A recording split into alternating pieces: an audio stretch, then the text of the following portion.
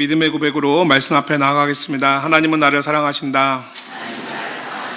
하나님은 내 인생에 크고 비밀한 게 가지고 계신다. 하나님은 오늘도 나와 동행하셔서 그 계획 이루어 주신다. 아멘. 그렇게 될 줄로 믿습니다. 아멘. 사람이 죽을 때 남기는 말은 선하다는 말이 있습니다. 사람이 죽음을 맞이하면 더 이상 자기 유익과 또한 이해를 구할 필요가 없기 때문에 자기를 유익하게 하기보다는 남을 유익하게 하는 그런 말을 남긴다는 뜻입니다. 특별히 사랑하는 사람과 이별을 앞둔 사람이라면 더욱 그럴 것입니다. 저는 오늘 여러분과 마지막으로 말씀을 나눕니다. 저희가 다시 못 볼 것은 아니지만 다시 만나기가 참 쉽지 않을 것임을 알기에 지난 6년 동안 사랑했던 우리 사랑과 은혜교회 성도님들과 꼭 나눴으면 하는 그런 말씀을 나누려고 합니다. 떠난 사람의 마음에 담긴 말을 잘 들어주셨으면 감사하겠습니다. 우리가 잘 아는 이솝 우화 중에 이런 이야기가 있습니다. 큰 밭을 가진 농부에게 세 아들이 있는데 이들은 매우 게을렀습니다. 아버지는 이 아이들이 자기가 떠난 이후에는 과연 어떻게 먹고 살까를 염려했는데 아니나 다를까 이제 아버지가 큰 병이 걸려 곧 세상을 떠나게 되었습니다. 이제 아버지는 세 아들을 불러 다음과 같은 유언을 남겼습니다. 내가 밭에 어딘가에 큰 보물을 숨겨뒀다. 너희들이 찾게 되면 서로 나눠 가지도록 하여라 라고 하고는 숨을 거뒀습니다. 아버지의 장례를 마친 아들들은 그 다음 날부터 매일처럼 밭에 나가서 보물이 있는지를 찾았습니다. 밭 구석구석을 샅샅이 헤집고 뒤져봐도 아버지가 말한 보물은 나타나지 않았습니다. 세 아들은 매우 실망했습니다. 하지만 아버지가 말씀했던 보물이 무엇인지 발견하기까지는 그리 오랜 시간이 걸리지 않았습니다. 보물을 찾겠다고 세 아들이 밭을 온통 헤집어 놓은 덕분에 그 해는 어느 해보다도 풍성한 수확을 거둘 수 있었기 때문입니다. 우리는 이야기를 들으면서 열심히 땀 흘리며 그에 맞는 좋은 열매들을 얻는다라는 그런 교훈들을 떠올립니다. 하지만 제 개인적인 생각에는 여기에는 그것보다 더 중요한 교훈이 있다고 생각합니다. 그것은 바로 믿음에 대한 교훈입니다. 세 아들이 보물을 찾을 수 있었던 사실 결정적인 이유는 그들이 아버지의 말씀을 믿었기 때문입니다. 그들은 아버지가 무슨 보물을 묻었는지도 모르고 아버지가 과연 보물을 진짜로 묻었는지 그 장면을 본 적도 없습니다. 다만 아버지가 떠나면서 남긴 내가 보물을 묻어뒀다라는 그 말을 믿었을 뿐입니다. 그걸 믿었기 때문에 그들은 아버지가 말씀한 보물을 찾기까지 밭을 샅샅이 뒤졌던 것이고 그 결과 그들은 보물과도 같은 그런 선물을 받을 수 있었던 것입니다. 만약에 그 아들들이 아버지의 말씀을 믿지 않았으면 어땠을까요? 아마 그들은 찾으려고 시도조차도 하지 않았을 것이고 그 결과 이 보물은 발견하지 못했을 것입니다. 그런 점에서 우리의 미래는 우리의 믿음과 매우 밀접한 관련이 있음을 보게 됩니다. 우리가 무엇을 믿느냐에 따라서 그 믿음은 우리의 행동을 결정을 하고 우리의 행동은 또한 우리의 미래를 달라지게 만듭니다. 이스라엘 백성들을 생각해 보시기 바랍니다. 그들 모두 다 하나님께 가나안 땅이라는 똑같은 약속을 받았습니다. 하지만 똑같은 약속을 받았지만 모두 가나안에 들어간 것은 아니고 누구는 들어갔지만 누구는 들어가지 못했습니다. 그 차이가 뭡니까? 믿음의 차이입니다. 하나님께서 가나안을 주실 것을 믿는 사람은 하나님이 가나안 주실 때까지 하나님을 끝까지 따라가니까 가나안을 받았지만 그것을 믿지 않은 사람은 하나님을 끝까지 따르지 않음으로 그들은 가나안에 들어가지 못한 것입니다. 이는 영생에서도 마찬가지입니다. 구원이 오직 예수님께만 있다고 믿는 사람은 예수님께 구원을 얻으려고 우리가 예수님을 끝까지 따름으로 그 결과 영생을 얻지만 예수님의 구주 되심을 믿지 않는 사람은 끝까지 따르지 않음으로 우리가 영생을 얻지 못하는 것입니다. 그러면 사랑하는 성도 여러분 기억하시기 바랍니다. 우리의 믿음은 행동을 가르고요. 우리의 행동은 우리의 미래를 가릅니다. 여러분들은 지금 어떠한 믿음을 갖고 계십니까? 예수님이 유일한 나의 구원자라는 그 믿음이 있으십니까? 그리고 하나님께서 여러분의 인생에 놀라운 복과 은혜를 예비해 두셨다는 그런 믿음도 있으십니까? 아멘. 하나님께서 분명히 우리 삶에는 놀라운 보물들을 숨겨 두셨습니다. 그런데 다만 지금 우리 눈에 보이지 않을 뿐이지, 분명히 하나님께서 우리에게 그 보물을 예비해 줬다는 믿음이 있다면 우리는 그 보물 주실 주님을 끝까지 포기하지 않고 따름으로 결국에는 주님으로부터 우리가 믿음으로 바라고 기대했던 그 보물을 받게 될 줄로 믿습니다. 그러니 오늘 이 말씀을 통해서 오직 하나님께만 보물이 있음을 믿고 믿음으로 끝까지 주를 따름으로 우리가 믿음으로 구했던 모든 복, 특별히 영생의 복, 그리고 하나님 주시는 풍성한 이 땅의 복도 누릴 수 있는 성도님 되시길 주의 이름으로 축원합니다. 오늘 우리가 살펴볼 열왕기하 2장 말씀은 이제 엘리야가 맡고 있던 이스라엘의 선지자의 직분을 엘리사에게 계승되는 내용을 여행의 형식에서 다뤄지고 있습니다. 원래 본문은 이제 1절 말씀부터 쭉 살펴봤는데 너무 길기 때문에 제가 이제 중간만 본문을 잡았습니다. 성경이 있는 분들은 1절부터 말씀을 좀 함께 봤으면 좋겠는데요. 원래 본문의 1절 말씀을 보면 엘리야는 이제 자신의 마지막 때가 다가온다는 것을 깨닫게 됩니다. 열왕기하 2장 1절 말씀입니다. 여호와께서 회오리 바람으로 엘리야를 하늘로 올리고자 하실 때에 엘리야가 엘리사와 더불어 길갈에서 나가더니, 성경에 보면은 죽음을 보지 않고 하늘로 올라간 사람이 두 명이 등장합니다. 아시죠? 한 명은 에녹이고요, 한 명은 엘리야입니다. 근데 궁금한 거는 하나님은 왜 엘리야는 보통 사람들과 달리 죽음을 경험하지 않고 데려가셨을까요?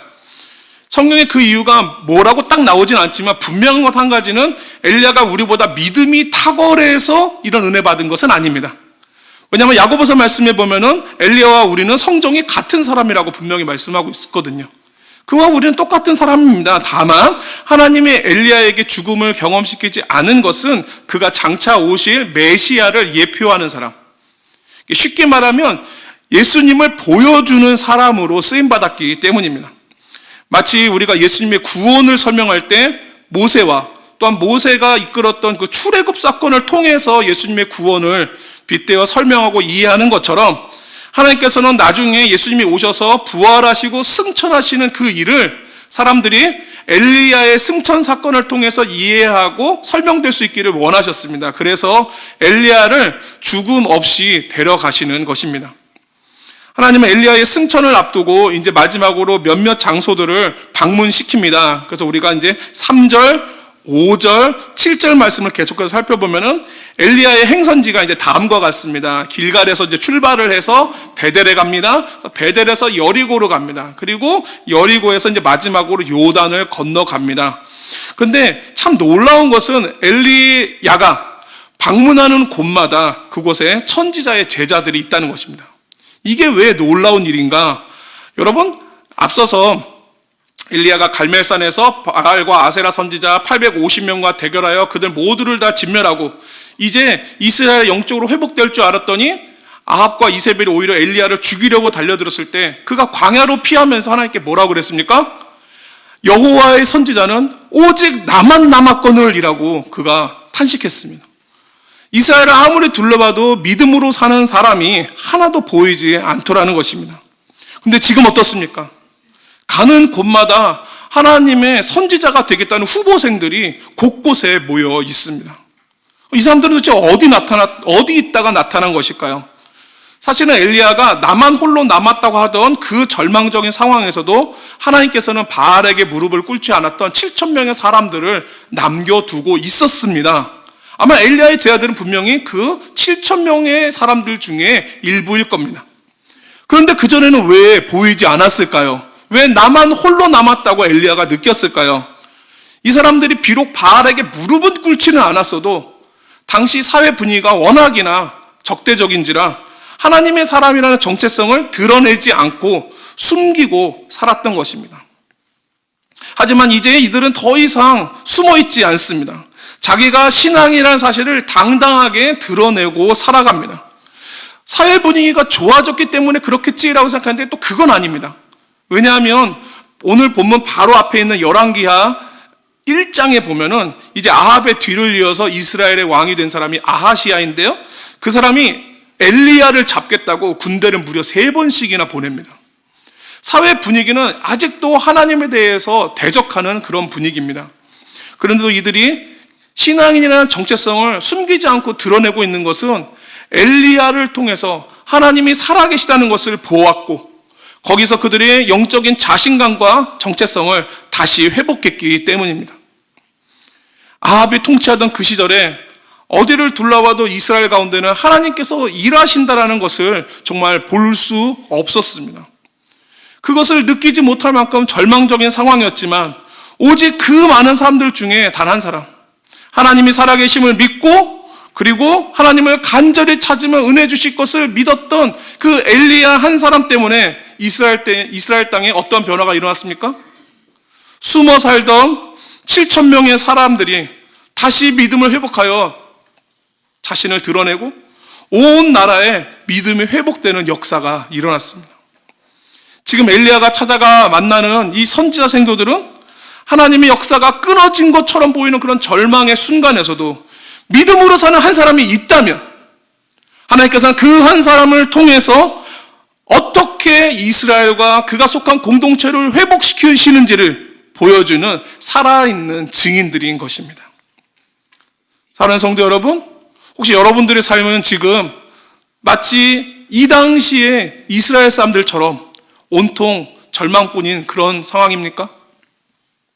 아무런 소망도 기대할 수 없는 그런 처참한 현실 때문에 괴로워하고 힘들어하고 계신 분들이 있습니까? 그런 상황을 만날 때 우리 가운데 제일 먼저 드는 것은 의심 그리고 분노입니다. 정말 하나님은 계십니까?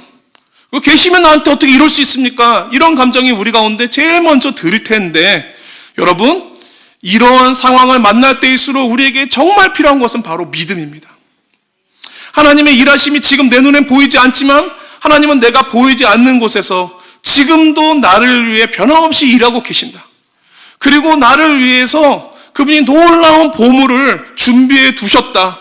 내가 찾기만 하면, 찾으려고 끝까지 포기하지 않으면 반드시 그 보물을 얻게 하신다는 그 믿음이 있어야 사실은 우리가 하나님이 바꿔주시는 놀라운 변화를 경험하는 것입니다. 엘리야가 어떻게 이스라엘 땅을 변화시켰습니까? 하나님이 구하는 자에게 은혜 주실 거라는 그 믿음을 그는 버리지 않고 포기하지 않고 끝까지 구했기 때문에 그를 통하여 이스라엘 땅에 놀라운 변화들이 일어난 것입니다.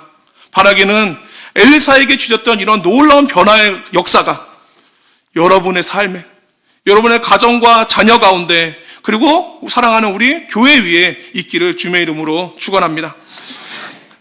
여러분, 혹시 여러분도 어떠신지 모르겠는데요. 저는 과거에 이와 같은 그런 비슷한 상황을 경험한 적이 있습니다. 제가 원래 이제 집안 얘기를 하는 걸 정말 이렇게 별로 안 좋아해서 이게 가급적 저는 안 했는데, 제 마지막이니까 저희 가정에 있었던 한 이야기를 좀 나누려고 합니다. 저희 아버지께서 사업을 하시다가 사기를 당해서 저희 사업이 망했습니다. 집안도 쫄딱 망했습니다.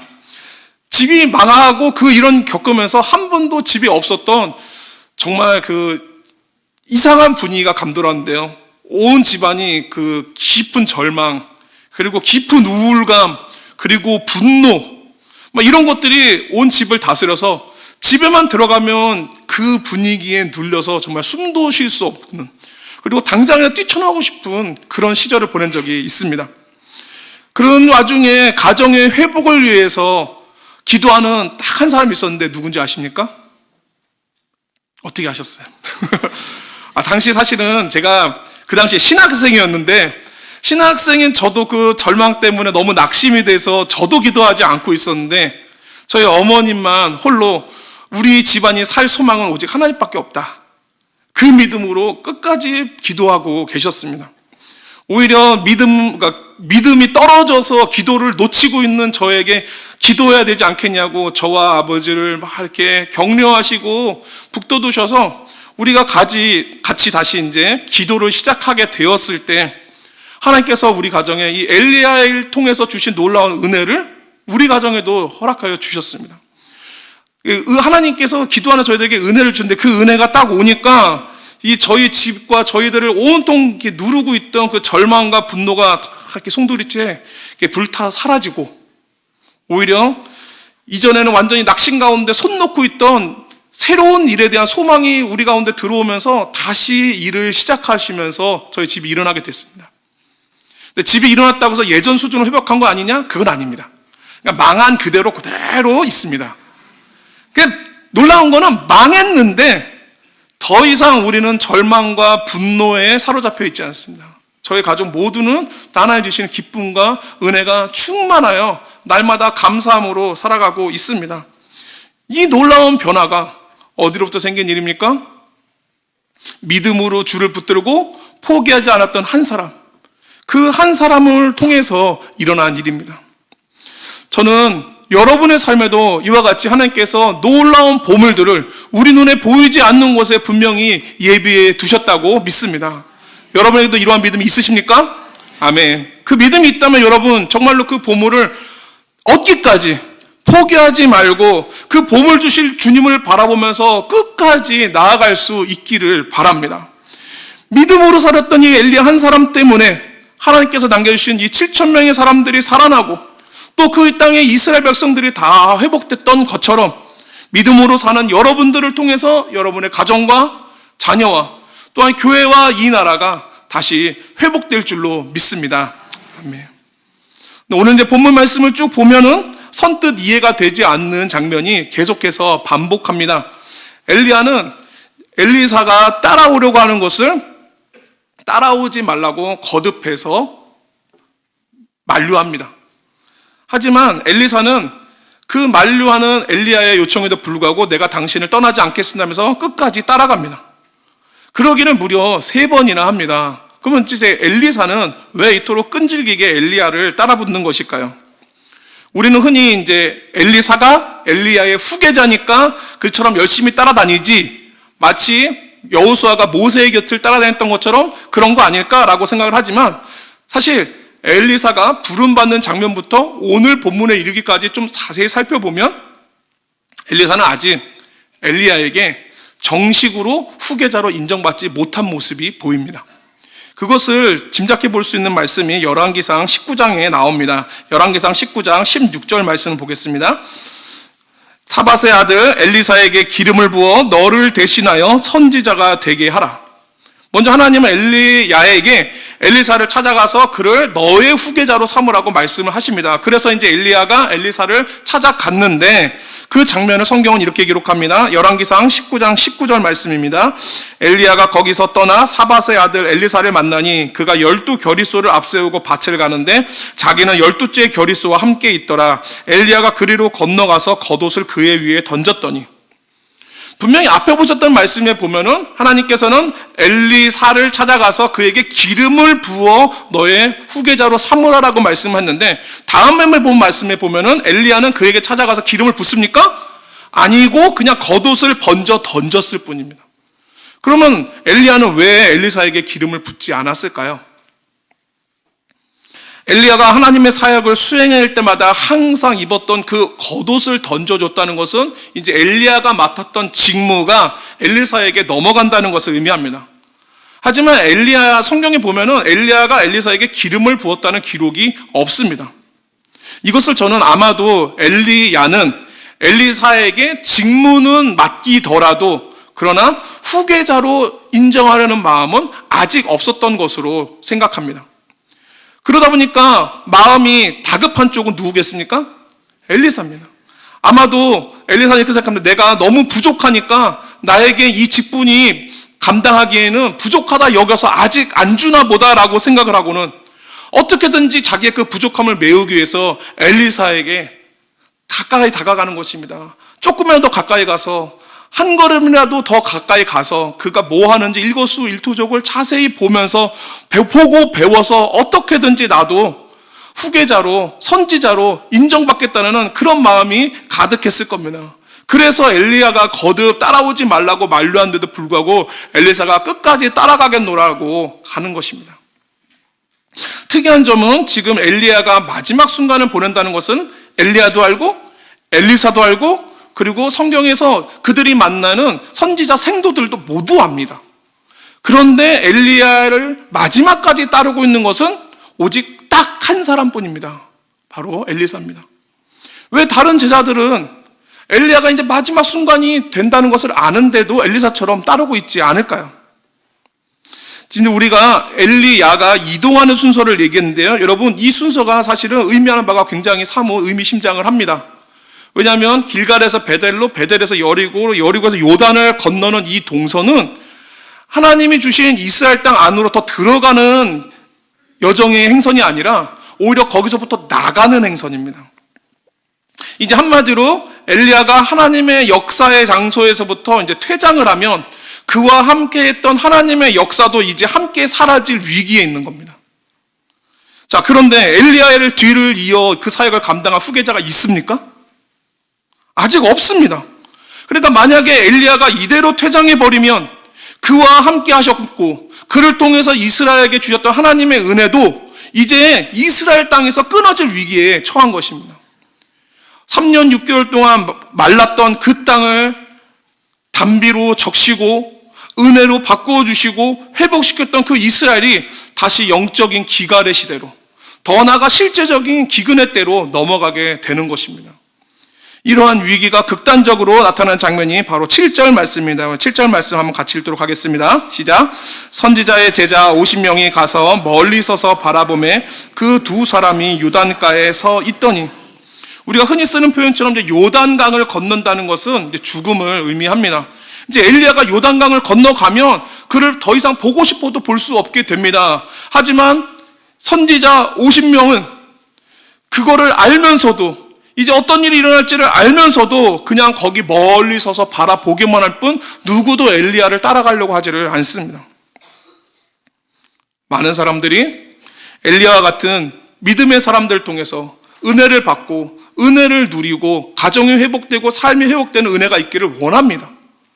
하지만 자기가 엘리야와 같이 누군가에게 은혜를 주는 사람이 되기 위해서 고난의 삶, 섬김의 삶, 희생의 삶을 살라고 한다면 그것은 원하지 않습니다. 안타까운 것은 이런 사람들이 교회에 가득하다는 것입니다. 누군가의 섬김으로 준비된 이 예배에 참석해서 좋은 말씀을 듣고 좋은 찬양 듣는 것은 좋아하지만 나의 섬김과 희생으로 누군가에게 은혜를 전해주려는 사람은 극히 적습니다. 한마디로 남이 차려주는 밥상 받는 건 좋지만 내가 밥상 차리기는 싫은 거죠. 이스라엘에 이런 생각을 가진 사람들이 가득하면 이스라엘 땅에 과연 은혜가 계속될 수 있을까요? 만약에 우리 교회에서 은혜를 받기만 좋아하고 은혜를 나누고 베풀기를 싫어하는 분들이 계시다면 과연 우리 교회 안에 하나님의 은혜가 계속될 수 있을까요? 사랑하는 성도 여러분, 지금 여러분들은 이 자리에 은혜를 받는 자로 참석해 계십니까? 은혜를 나누는 자로 참석해 계십니까? 물론 교회는 은혜를 받으러 오는 곳이 맞습니다. 하지만 하나님이 교회에 은혜를 주실 때 그 은혜는 수고하는 누군가의 손길들을 통해서 여러분들에게 전달된다는 사실을 꼭 기억하시기 바랍니다. 만약에 모두가 다 누군가를 통해서 은혜를 받으려고만 한다면, 그 은혜를 전하는 사람이 아무도 없다면 과연 이 교회에 주신 하나님의 은혜가 계속될 수 있겠습니까? 하나님께서 우리에게 은혜를 주신 것은 그 은혜가 다른 또 누군가의 또 다른 은혜가 되기를 원하시기 때문입니다. 비록 내가 누군가의 은혜로 살려면 섬김과 희생이 뒤따르겠지만 그와 같이 우리가 하나님을 위해서 또한 복음을 위해서 고난을 받는 삶에는 하나님께서 합당한 상급으로 갚아주신다는 것을 믿으시기 바랍니다. 우리의 가정과 자녀가 믿음으로 살아가는 그 한 사람을 통해서 변화되는 것처럼 우리 교회도 믿음으로 자신을 드리기를 기뻐하는 그 한 사람을 통해서 은혜의 강수는 마르지 않고 계속해서 흘러 넘치게 될 것입니다. 바라기는 여러분들이 바로 이 사랑과 은혜교회, 은혜가 마르지 않는 샘이 되시기를 주의 이름으로 축원합니다. 비록 조금은 희생이 되고 조금은 수고스럽더라도 나를 하나님이 사용하실 은혜의 통로로 여러분이 드릴 때 여러분을 통해서 살아나고 회복되는 생명의 역사가 넘치게 될 것이고요. 사실 그 일은 생명의 통로로 드려진 여러분의 삶에 먼저 나타나게 될 것입니다. 이 복과 은혜를 꼭 누리시는 우리 귀한 사랑과 은혜교회 성도님들 되시기를 축원합니다. 이제 엘리야는 요단강을 건너가기 직전입니다. 정말 위기 일발의 상황입니다. 하지만 아직까지 하나의 희망이 있습니다. 그것은 엘리야를 포기하지 않고 끝까지 따르는 단 한 사람, 바로 엘리사가 있기 때문입니다. 엘리야가 요단강을 건너갑니다. 그러니까 엘리사도 그거를 뒤따라 건너갑니다. 이 죽음을 뜻하는 요단까지도 뒤따라 가는 것을 본 엘리야는 얘가 그냥 따라오는 게 아니구나, 마음의 각오가 확고하구나라는 것을 알고서 9절에서 이렇게 질문합니다. 열왕기하 2장 9절 말씀에 엘리야가 엘리사에게 이르되 나를 내게서 데려감을 당하기 전에 내가 내게 어떻게 할지를 구하라. 엘리야는 어떻게든지 내가 너한테 해줄 거 있으면 뭐냐 말해봐라, 내가 해줄 수 있는 게 있으면 해주겠다라고 이렇게 얘기를 합니다.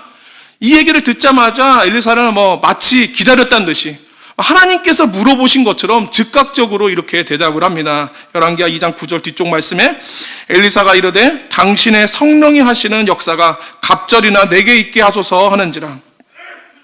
엘리사가 구한 것은 이제 옛날 성경 표현으로 하면 이제 갑절의 영감입니다.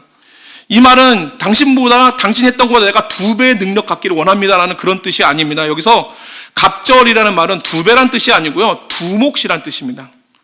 구약에서 보면은 장자가 받는 몫이 2몫입니다. 이 2몫이라는 얘기는 더블이 아니고요, 남들보다 하나 더입니다.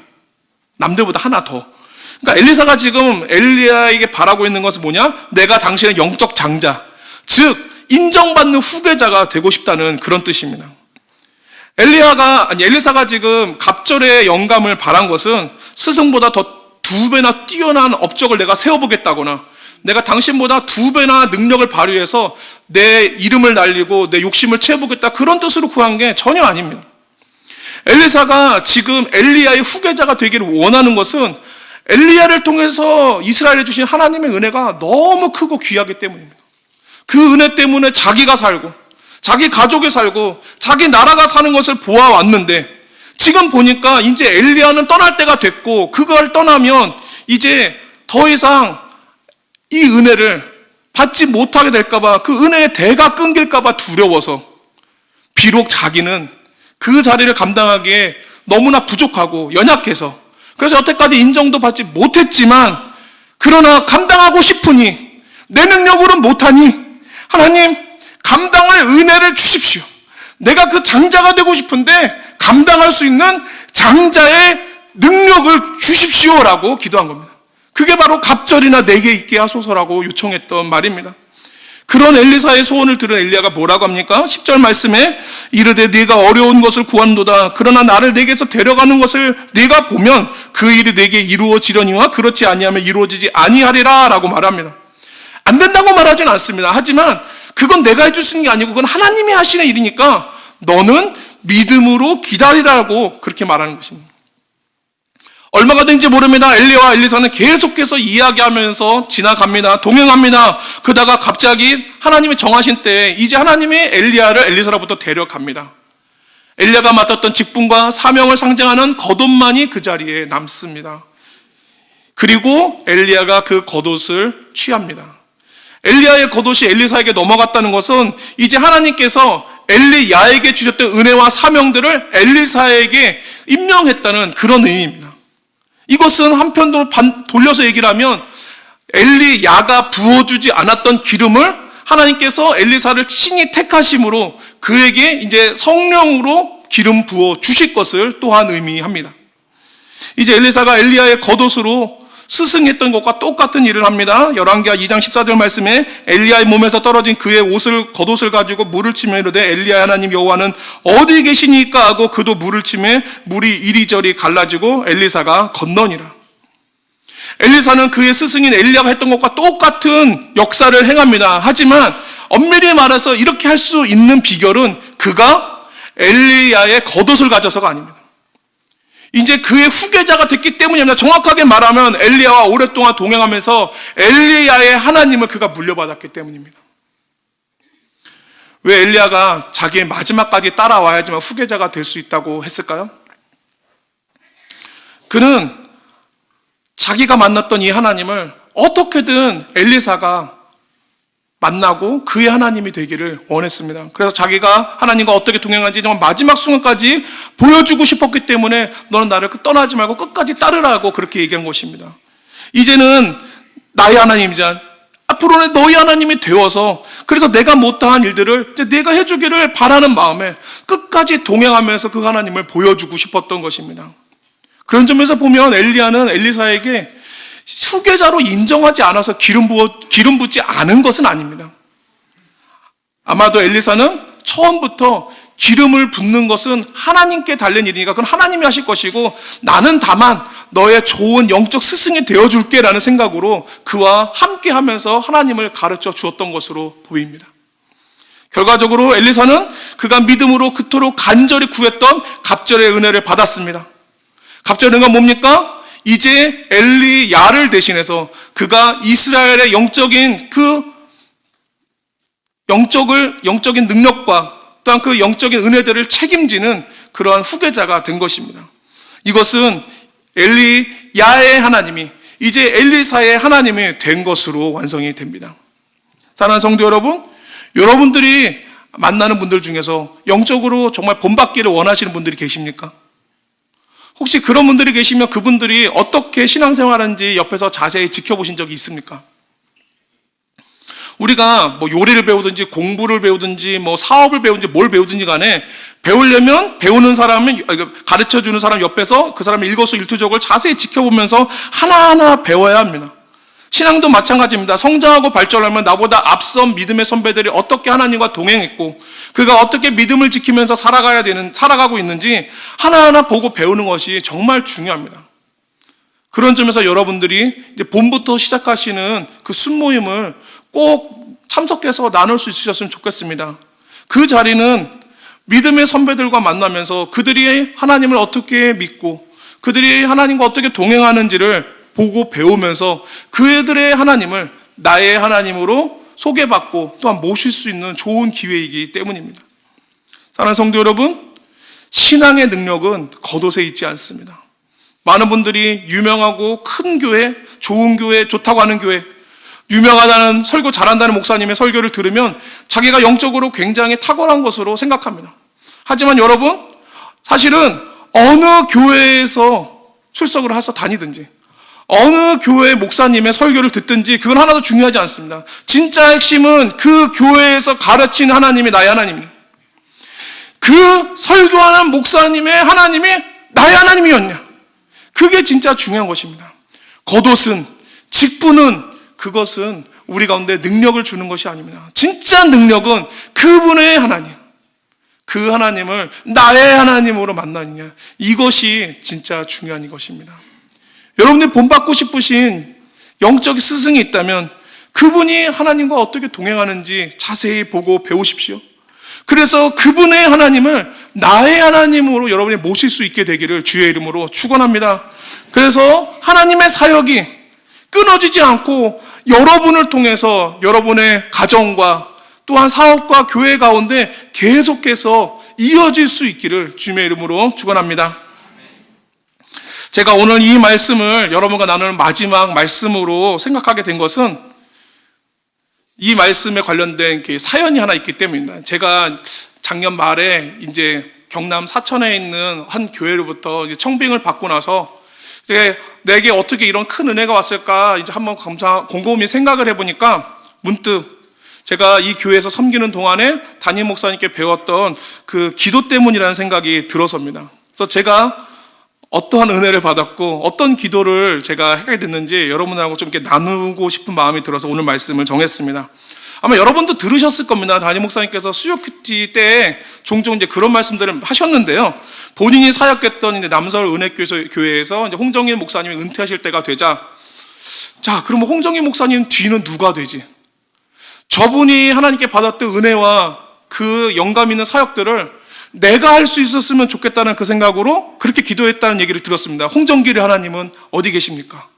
홍정길에게 주셨던 홍정길이 받았던 것에 갑절의 영감을 내게 주소서. 그러니까 그렇게 기도했다는 말씀을 하는 것을 제가 들을 때 저 기도를 내가 하고 싶어졌습니다. 저 기도를 내가 하겠다는 생각이 들어서 제가 언제부턴가는 이렇게 기도하기 시작했습니다. 정원준의 하나님은 어디 계십니까? 정원준의 하나님을 내게도 주시고 그가 받았던 영감의 갑절을 내게도 주소서. 제가 이렇게 기도했던 것 같습니다. 제가 이렇게 기도했다고 해서 그게 무슨 주문처럼 뭔가 이렇게 뭐 효력이 있어가서 일이 일어난 건 아니고요. 제 생각했을 때 정말 그 정원준 목사님의 삶에서 일하셨던 하나님은 제가 정말 만나고 싶었던 그 하나님입니다. 목사의 입장에서 봤을 때 정원준 목사님에게 일어난 일들은 사실 굉장히 기적과도 같은 일입니다.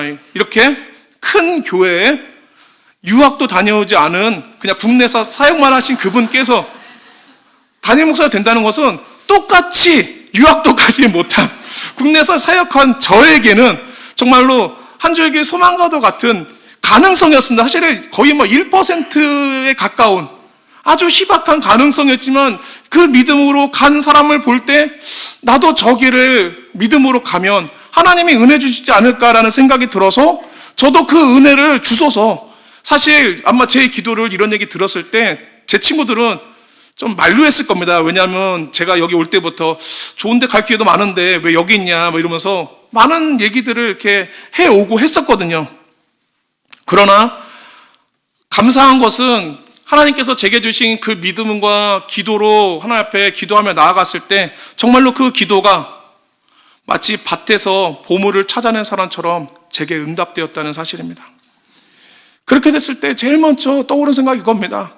이렇게 좋은 하나님을 이분을 통해서 제가 배울 수 있어서 너무 감사하다. 그리고 여러분들은 얼마나 복됩니까? 이 말씀을 정말 드리고 싶었습니다. 여러분, 자꾸 이제 본인이 그렇게 얘기해서 그렇지만 생각보다 좋습니다. 그리고 이건 또 이빠는 말이지만 저희 교회에서 함께 사역하고 계신 부목사님들도 다른 교회의 목사님들과 견져봐도 정말 손색이 없는 너무 훌륭하고 좋은 분들이 많습니다. 이런 좋은 분들이 믿고 섬기는 그리고 가르치는 그 하나님을 여러분 그분들의 하나님으로 남아있게 하지 말고 여러분도 사모하고 받아셔서 여러분의 하나님으로 만나시고 여러분에도 이와 같은 은혜의 역사들이 정말 있었으면 좋겠습니다. 여러분의 삶에도 제가 받은 것 같은 이런 갑절의 은혜, 주님의 은혜의 후계자가 되는 이런 일들이 정말 받기를 원하니 여러분, 제가 여러분에게 마지막으로 남긴 이 말을 잘 기억하시고 여러분들에게 전해주시는 그 하나님을 여러분의 하나님으로 만나시는 은혜가 이 교회에서 신앙생활하는 동안에 꼭 있으시기를 주의 이름으로 축원합니다. 오늘 말씀을 마칩니다. 하나님께서 우리의 인생 가운데는 분명히 놀라운 보물들을 숨겨두셨습니다. 다만 지금 보이지 않을 뿐입니다. 그러나 우리를 사랑한 하나님께서 그 자녀가 보물 갖기를 기뻐하신다는 그 믿음을 가지고 오늘도 우리가 포기하지 않고 낙심하지 않고 주실 줄로 믿고 끝까지 찾고 구하면 하나님께서는 믿음대로 그 보물을 반드시 얻게 하실 줄로 믿습니다. 그래서 그 보물 찾기까지 하나님을 끝까지 붙들고 나가셔서 하늘에서 내리는 영생의 복을 누리시고 땅에서 거두는 풍성한 복도 누리시는 우리 사랑과 은혜교회 성도 되시길 주의 이름으로 축원합니다. 함께 같이 말씀을 기억하면서 우리 찬양으로 하나님 앞에 나아가겠습니다.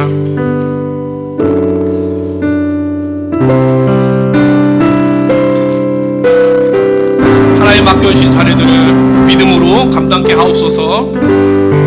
이곳에 임하신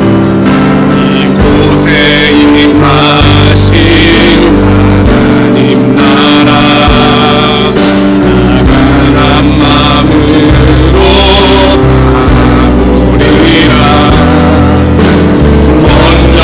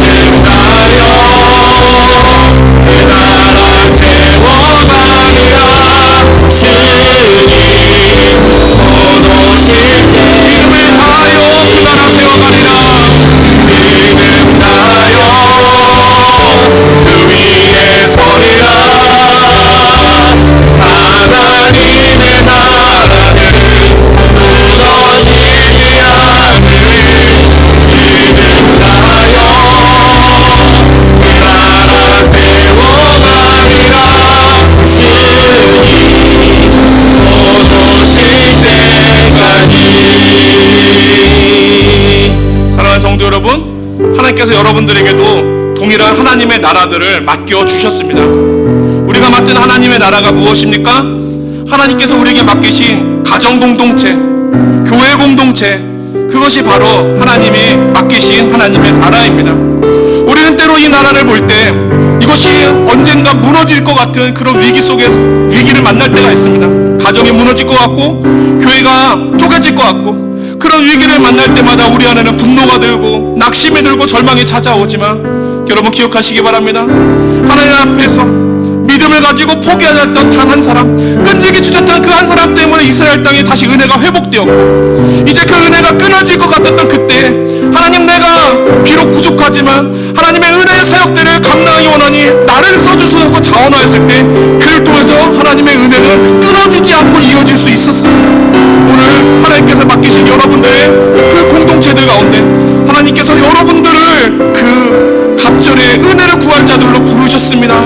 그리고 오늘 우리가 이렇게 기도했으면 좋겠습니다. 주님, 내게 갑절의 은혜를 주옵소서. 내가 감당할 수 있도록 주님 은혜를 더하여 주옵소서. 믿음이 흔들릴 때나 내게 믿음을 더하사 주께서 반드시 숨겨놓은 보물을 내가